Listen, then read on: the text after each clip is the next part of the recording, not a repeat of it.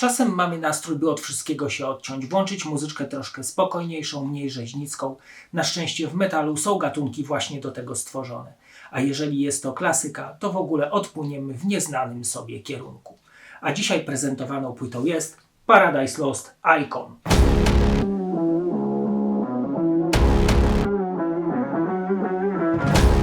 Paradise Lost zostaje założony w Halifax w Anglii w 1988 roku. Nazwa zostaje zainspirowana poematem Johna Miltona pod tytułem Raj utracony. Założycielami zespołu byli Nick Holmes, Greg McIntosh, Steven Edmondson, Aaron Eddy oraz Matt Archer. Od początku swoją karierę wiążą z wytwórnią Music for Nations i są uznawani za pionierów gothic doom metalu. Dzisiaj opiszę wydany w 1993 roku czwarty album formacji pod tytułem Icon. Wydaje mi się, że płyta ta zdefiniowała styl Paradise Lost. Jest mrocznie, ciężko melodyjnie, ale przy tym zmiana nastąpiła w wokalach. Są one gardłowe, ale czyste.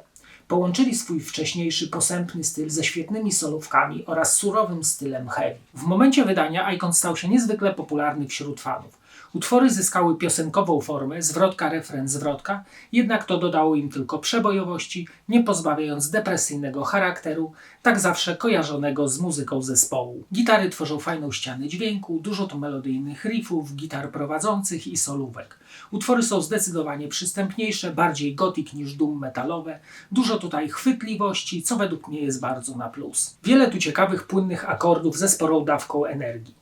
Utwory utrzymane są w średnich tempach, zaś ich przeciętna długość to około 4 minuty.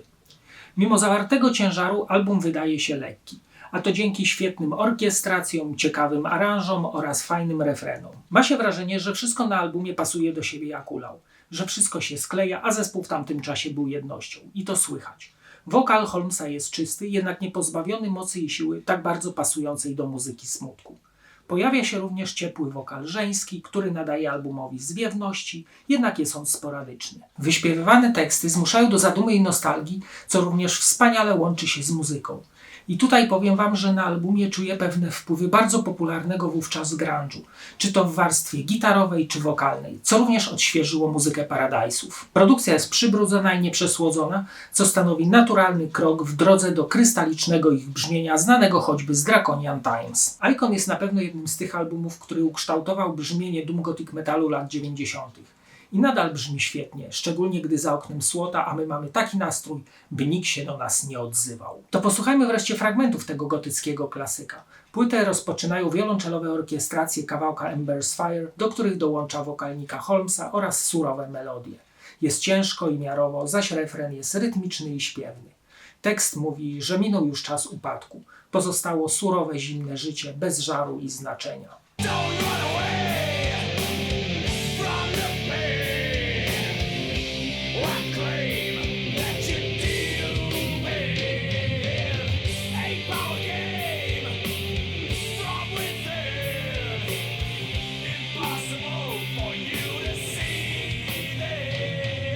Forging Sympathy to ciężkie riffy podane całkiem sporą ilością melodii, zaś Holmes ociera się wokalnie trochę o Hetfielda. Gitary prowadzące ślizgają się po dywanie mocnych riffów. Lubię taką rytmikę, coś a la Setback Trumety. Tekst zaś mówi, że aureola nade mną blednie z całym moim złem, które uczyniłem. Czekam na moje słodkie piekło.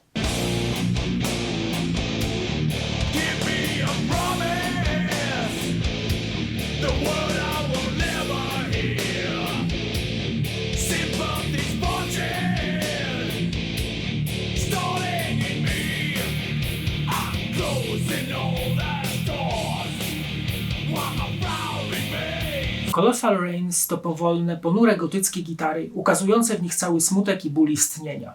Na początku wokal przetworzony przeradza się w głęboki śpiew, a gigantyczne deszcze odkrywają to, co naprawdę istnieje.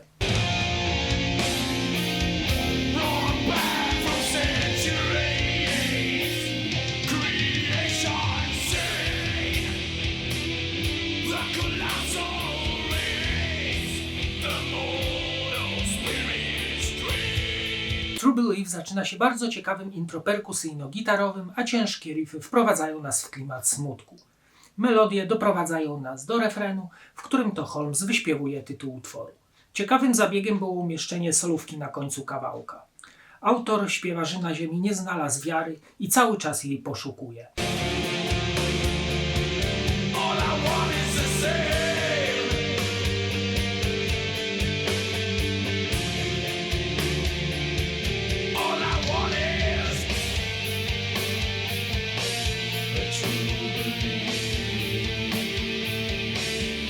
Zobaczmy teraz okładkę i wkładkę.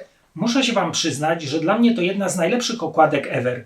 Ma w sobie coś przyciągającego, jest w niej pomysł i styl. Kobieta przytulająca się do posągu, który zaczyna się rozpływać niby w tafli poruszającej się wody. Jakby jej wymarzony, wyśniony wizerunek partnera znikał pod ciężarem otaczającej rzeczywistości. Bo po prostu nic nie jest perfekcyjne i nic nie jest wieczne. Ta przytłaczająca zielono-żółta kolorystyka z elementem czerwieni powoduje, że ten obraz bardzo przyciąga i nie pozwala nam rzucić pudełka w kąt, zmuszając wzrok do choć chwilowego zatrzymania się na tym wspaniałym coverze. Po prawej na dole tytuł oraz nazwa zespołu. Wkładka jest wręcz 12-łamową płachtą rozkładaną w jednoczęściową całość. Po jednej stronie plakat zespołu w latach 90. zwany posterem w tonacji granatowej, na stronie drugiej kolorem przeważającym jest kolor zielony, w dolnej części zabrudzony plamami krwi. Na tej stronie zamieszczono teksty do utworów, grafiki oraz informacje o składzie zespołu, producentach, gdzie i kiedy album nagrano, adresy do kontaktu z zespołem, podziękowania i tym podobne. Na płycie CD nadrukowano okładkę w kolorystyce granatowej, na stronie zamykającej umieszczono wizerunki muzyków, tytuły utworów oraz logo wydawcy na takim wyskrobanym zielonym tle. To mój ulubiony album Paradise Lost, jest na nim sporo smutku i nostalgii, z której przecież zespół słynie, ale również trochę zadziorności i brudu, a wszystko połączone melodyjnymi riffami. Całość brzmi wręcz perfekcyjnie i ma w sobie taką emocjonalną siłę. To jeden z najlepszych albumów w gatunku. A teraz zapraszam do oglądania kolejnego odcinka. Cześć!